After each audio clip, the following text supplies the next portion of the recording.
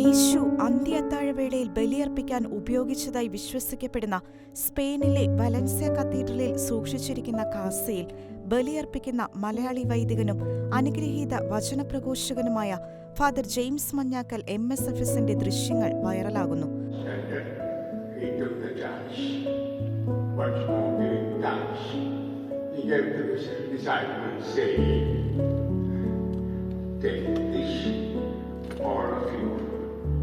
And drink from it, for this is the chalice of my blood, the blood of the new and eternal covenant, which will be poured out for you and for many for the forgiveness of sins.